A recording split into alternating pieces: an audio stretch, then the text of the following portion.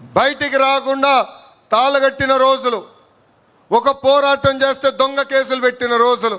ఏకంగా మీ లోకేష్ పైన 23 కేసులు పెట్టారు. వేదిక మీద నాయకులందరి పైన కేసులు పెట్టారు. కానీ ఆనాడే చెప్పాం, మాట తప్పం మడిమ తిప్పాం, మేము తగ్గేదే లేదని ముందరికి నడిచాం. మనందరం చూసాం, మెడపై కత్తి పెట్టి వాళ్ళ నాయకుడికి జై కొట్టమంటే జై తెలుగుదేశం, జై చంద్రబాబు అని చెప్పి ప్రాణాలు కోల్పోయాడు తోట చంద్ర. ఈరోజు నేను గర్వంగా చెప్తున్నా, తోట చంద్ర కొడుక్కి ప్రభుత్వం ఉద్యోగం ఇచ్చిన ఘనత కూడా మన ఎన్డీఏ ప్రభుత్వాన్ని. నామినేషన్ పత్రాలు లాక్కుని దాడి చేస్తే మీసాలు మిలేసి తొడగొట్టాడు మన అంజిరెడ్డి తాత.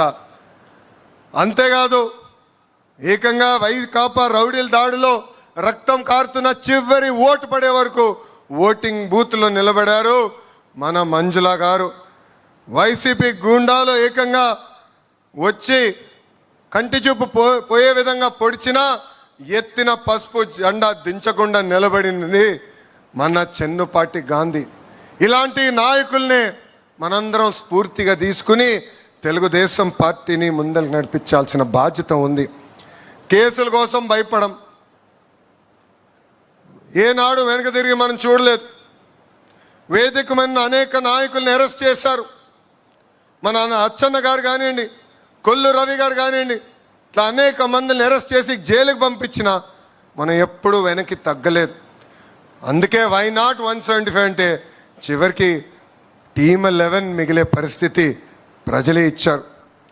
2024 ఎన్నికల్లో అందరం కలిసికట్టుగా రికార్డులు బద్దలు కొట్టాం.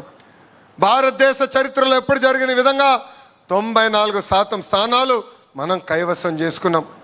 175 నియోజకవర్గాలు 164 స్థానాలు ఎన్డీఏ సొంతం చేసుకుంది. శ్రీకాకుళంలో 10 out of 10, విజయనగరంలో 9 out of 9, తూర్పుగోదావరి జిల్లాలో 19 out of 19, వెస్ట్ గోదావరి జిల్లాలో 15 out of 15, కృష్ణాలో 16 out of 16, గుంటూరులో 17 out of 17, నెల్లూరులో 10 out of 10, అనంతపూర్లో కూడా 14 out of 14. అంటే 8 ఉమ్మడి జిల్లాల్లో క్లీన్ స్వీప్ వచ్చింది. కడప జిల్లాలో కూడా 10 నియోజకవర్గాలకి 7 నియోజకవర్గాలు ఎన్డీఏ కైవసం చేసుకుంది. ప్రజలు ఆశతో మనం గెలిపించారు. వాళ్ళకి అహర్నిశలు కష్టపడాలని వాళ్ళు కోరారు. అందుకే ప్రజాప్రభుత్వం సుపరిపాలన అందిస్తుంది. ఎన్ని ఆర్థిక ఇబ్బందులు ఉన్నా ఇచ్చిన హామీలని ఒక పద్ధతి ప్రకారం మనం నిలబెట్టుకుంటా ముందరికెళ్తున్నాం. ఒక పెన్షన్ తీసుకోండి, భారతదేశంలోనే ఏ రాష్ట్రం ఇవ్వని విధంగా వృద్ధులకి 4,000 రూపాయల పెన్షన్ మన చంద్రబాబు నాయుడు గారు అందిస్తున్నారు. వికలాంగులకి 6,000, బెడ్కి పరిమితం అవుతే 15,000 రూపాయల పెన్షన్ మనం అందిస్తున్నాం. అన్నా క్యాంటీన్లు తిరిగి ప్రారంభించాం. మెగా డిఏసి ద్వారా 16,000 ఉద్యోగాలు మనం అందించాం. మన హోంమంత్రి గారి నాయకత్వంలో 6,000 కానిస్టేబుల్ పోస్టులు కూడా మనం భర్తీ చేస్తాం జరిగింది.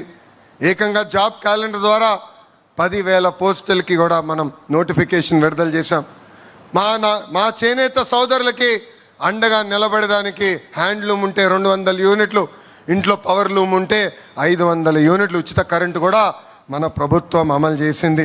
మత్స్యకారుల సేవలో కూడా అన్నదాత సుఖీభవ, స్త్రీ శక్తి కింద ఉచిత బస్, దీపం పథకం లాంటి అనేక సంక్షేమ కార్యక్రమాలు మనం అమలు చేస్తున్నాం. అంతేకాదు, ఇంట్లో ఎంతమంది పిల్లలుంటే అంతమంది పిల్లలకి తల్లికి వందనం ఇచ్చిన ఏకైక ప్రభుత్వం మన ఎన్డీఏ ప్రభుత్వం. ఎన్నికల ముందర కూడా ఒకే హామీ ఇచ్చాం, ఒకే రాష్ట్రం ఒకే రాజధాని, కానీ అభివృద్ధి వికేంద్రీకరణ. ఈరోజు భారతదేశంలో 100 రూపాయలు పెట్టుబడులు వస్తే దాంట్లో 25 రూపాయలు ఈరోజు ఆంధ్ర రాష్ట్రానికి వచ్చిన ఘనత. ఒక Google, Arcelor Mittal, royal Enfield, ఏకంగా ఫైటర్ జెట్లు తయారు చేసే పరిశ్రమలు కూడా మన ఆంధ్ర రాష్ట్రానికి తీసుకొచ్చాం. ఈ సభాముఖంగా ఆ టీమ్ 11 క్యాప్టెన్కి నేను ఒక బంపర్ ఆఫర్ ఇస్తున్నా. డేటు టైం మీరు నిర్ణయించండి. సంక్షేమ అభివృద్ధి పైన చర్చించడానికి నేను సిద్ధం, మీరు సిద్ధమా అని అడుగుతున్నా.